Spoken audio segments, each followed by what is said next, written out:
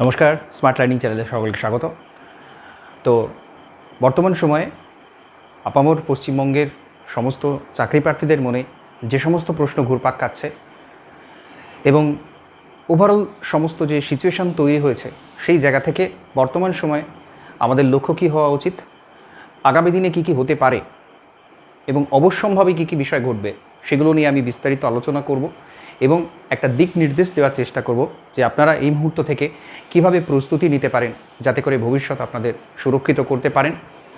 আমাদের যে একটা মস্তিষ্কের মধ্যে চেপে বসেছিল যে আগামীতে হয়তো আর কোনো পরীক্ষা হবে না, হয়তো এমন একটা পরিস্থিতি তৈরি হবে যেখান থেকে যারা স্বচ্ছ চাকরি প্রার্থী তাদের হয়তো সেই সুযোগটা আর নেই, বা ভবিষ্যৎটা কিন্তু একেবারে অন্ধকারাচ্ছন্ন, আমরা কোনো কিছুই অনুধাবন করতে পারবো না, সেই সিচুয়েশানটা কিন্তু সেই যে বদ্ধমূল ধারণা তৈরি হয়েছিল সেটা কিন্তু সরে গেছে। তো বর্তমান সময়ে আমাদের ঠিক কী কী লক্ষ্য হওয়া উচিত? প্রথমত, যারা একাডেমিক দিকে, যারা স্কুল সার্ভিস সংক্রান্ত যে সমস্ত পরীক্ষা, সেই সমস্ত পরীক্ষার প্রিপারেশন নিচ্ছিলেন বা নেব ভবিষ্যতে আগামী দিনে, সেই চর্চাটা করছিলেন, সেই ধারণা মনের মধ্যে পোষণ করছিলেন, তারা ঠিক কীভাবে কী কী করতে পারেন সেটা নিয়ে আমি আলোচনা করব। প্রথমত, ক্লাস 9-10-এর এসএসসির ইন্টারভিউ এখনও বাকি রয়েছে। অনেক পরীক্ষার্থী যারা ইন্টারভিউ প্রিপারেশন নিচ্ছিলেন তারা একটা আশঙ্কার মধ্যে আছেন যে আগামীতে কী ঘটনা ঘটবে, আগামীতে কি ইন্টারভিউটা হবে নাকি নতুন করে আবার পরীক্ষা হওয়ার পরিস্থিতি তৈরি হবে। কারণ এরা যে সমস্ত সমস্যা, যে সমস্ত জটগুলো পাকিয়ে রেখেছে, 10 নম্বর থেকে শুরু করে কোর্টের নির্দেশ মতো যে সমস্ত পরীক্ষার সিস্টেম, সেটা কি আদৌ এরা সেই একই রকম রাখবে, বা যারা ইন্টারভিউতে পেয়েছিলেন 11-12-এ তাদের সেখানে কি রিক্রুটমেন্ট করবে, এটা নিয়ে অনেকে ধন্দে আছেন। তো সেখানে একটা বিষয় বলার যে পুরো পরীক্ষার সিস্টেমটাকে নতুন করে সবটা নেওয়া, নতুন করে সব কিছু, যেখানে সুপ্রিম কোর্টের অর্ডার রয়েছে এবং একটা দীর্ঘ সময় ধরে চাকরি যারা হারিয়েছেন তাদের সমস্ত চাকরিটা পেন্ডিং রয়েছে, যারা পেয়েছেন অলরেডি মেরিট লিস্টে তাদের নাম উঠেছে 11-12-এ তাদেরটা পেন্ডিং রয়েছে। এই যে পুরো সিস্টেমটা, এটা নতুন করে সব কিছু করা, নতুন করে সমস্তটা আবার প্রথম থেকে কেঁচোগুন্ডুস করে শুরু করা, সেটা কিন্তু খুব সহজ ব্যাপার নয়।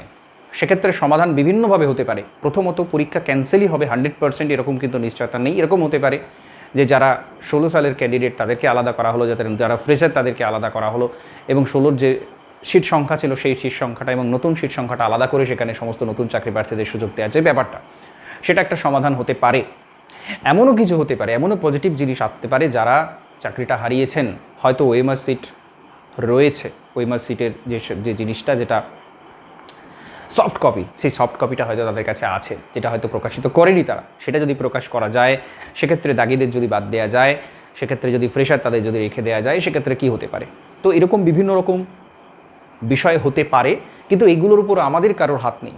আমাদের পরীক্ষার্থীদের এই মুহূর্তে এই সমস্ত ভাবা মানে বৃথা সময় নষ্ট করা, নিজেকে জর্জরিত করা, পিছিয়ে যাওয়া।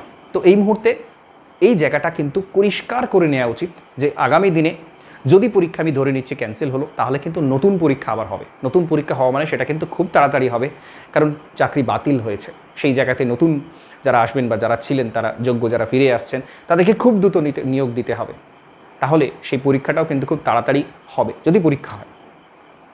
যদি পরীক্ষা নাও হয় তাহলে কিন্তু আপার প্রাইমারি পরীক্ষা, যেটা অলরেডি কোর্ট থেকে বলা হয়েছে যে পরীক্ষাটা কিন্তু নিতেই হবে, সেই পরীক্ষা কিন্তু খুব তাড়াতাড়ি হওয়ার সম্ভাবনা আছে।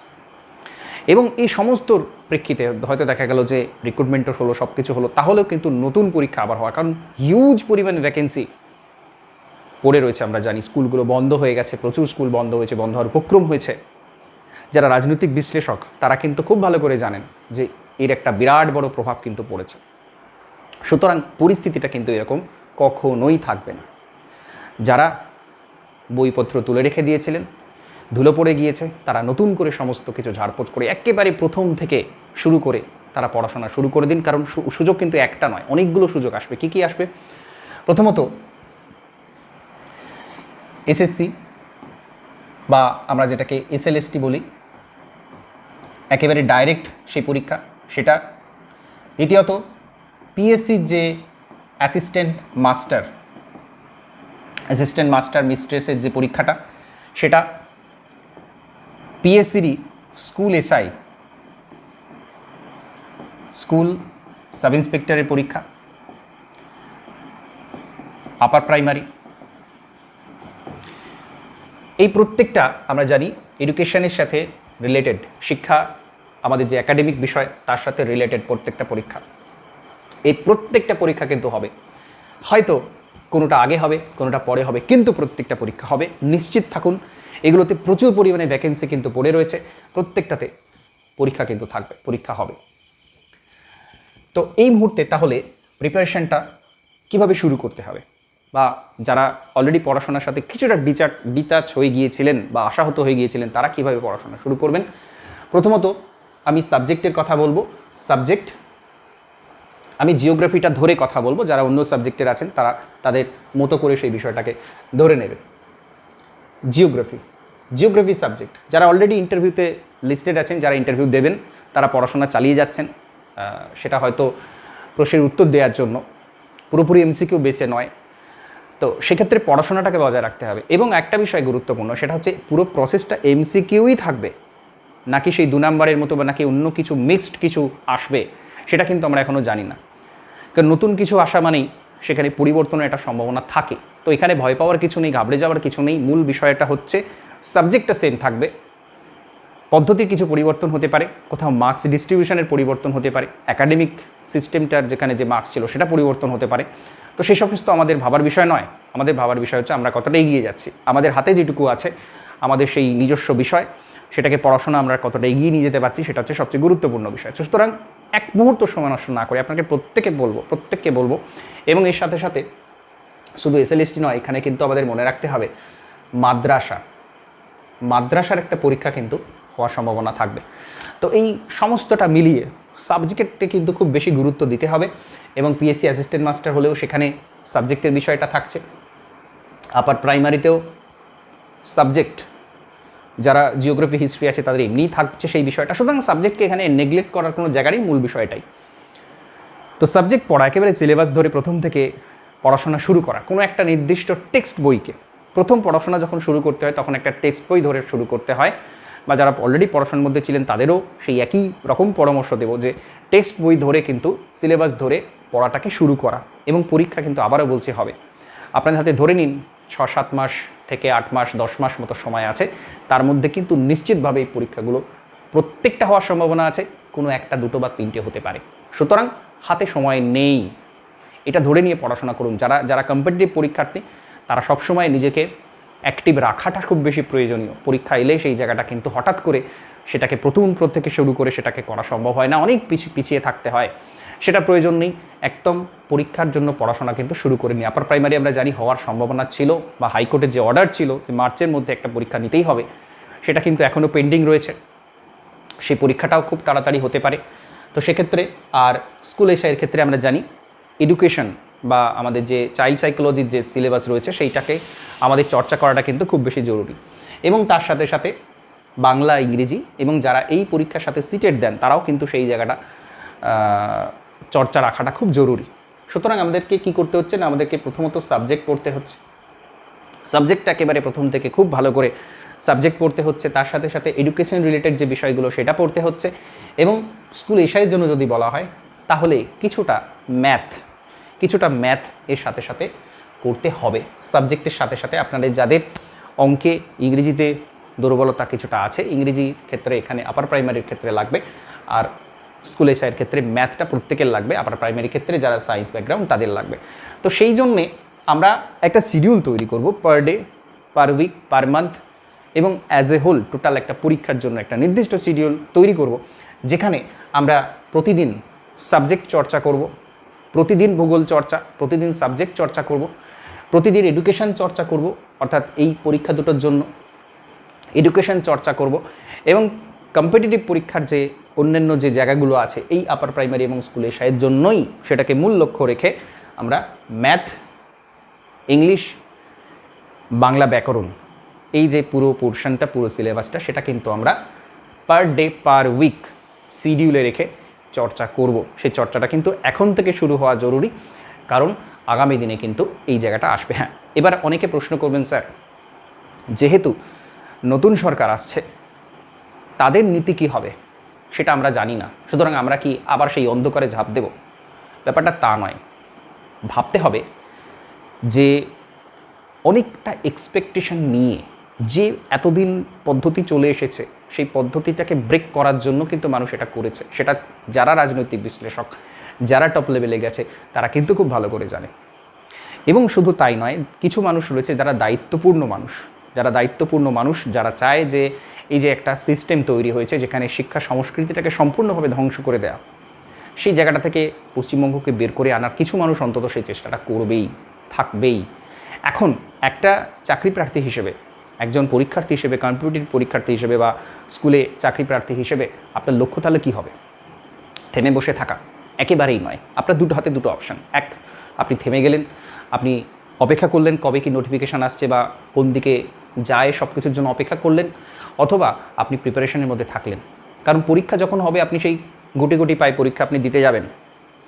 আপনি যে পরিস্থিতিতে থাকুক না কেন, পরীক্ষা আপনি দিতে যাবেন। তো সেই যখন পরীক্ষাটা হবে তখন যেন নিজেকে বলতে পারেন আমি প্রস্তুত, আমি রেডি। তখন যেন এটা না বলতে হয় ঠিক আছে এই তো কয়েক মাসের মধ্যে শুরু হলো, এর মধ্যে তো আমি সেই জায়গাতে পৌঁছাতে পারছি না। কারণ আপনার হাতে দুটো অপশান, হয় আপনি পরীক্ষা দেবেন, নয়তো আপনি পরীক্ষা দেবেন না। হয় আপনি থাকবেন প্রতিযোগিতায়, নয় আপনি প্রতিযোগিতায় থাকবেন না। সুতরাং যখন সূর্য উঠবে তখন আমি আমার কাজ শুরু করব, যখন দেখতে পাবো তখন শুরু করব। এই যে নেগেটিভিটি, এটা থেকে বেরিয়ে আসতে হবে। কারণ আপনি চাকরিটাকে সুনিশ্চিত করতে চাইলে আপনার প্রিপারেশনের জন্য অন্তত 10 মাস থেকে 1 বছর সময় লাগবে, যদি আপনি খুব সাধারণ লেভেলে পড়ে থাকেন। যাদের অলরেডি প্রিপারেশন আছে, এই পরীক্ষা দুটো অন্তত পক্ষে আপনারা জানেন এইগুলোর কিন্তু নোটিফিকেশান পর্যন্ত ছিল 2024 সালের ডিসেম্বর মাসের শেষ দিন।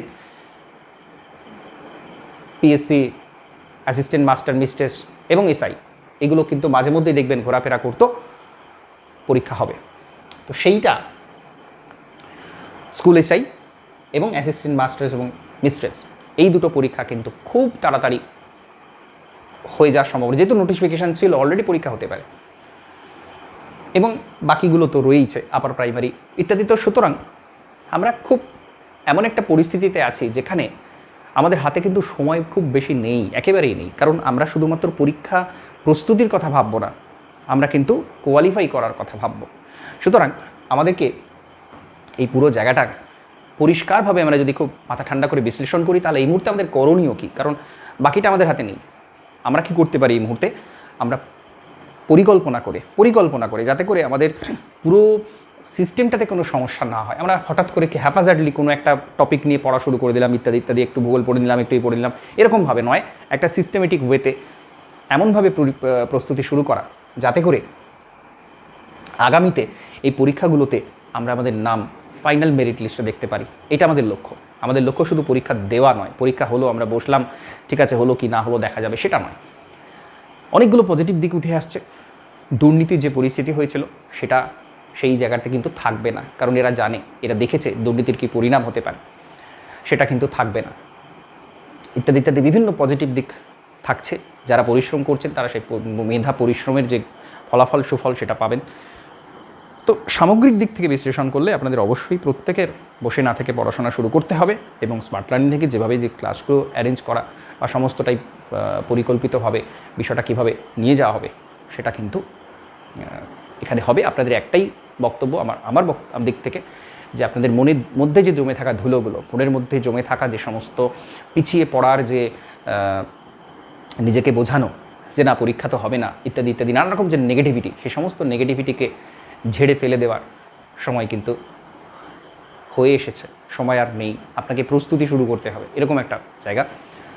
তো সেই মানসিক পরিকল্পনা, সেই মানসিক প্রস্তুতি আপনারা নেওয়া শুরু করুন। ভবিষ্যতে আপনিও সেই সুযোগ পাবেন। এতদিন পর্যন্ত যে মাইন্ডসেট তৈরি হয়ে গিয়েছিল আমি পড়লেও তো কিছু হবে না, সেই জায়গাটা কিন্তু আর নেই।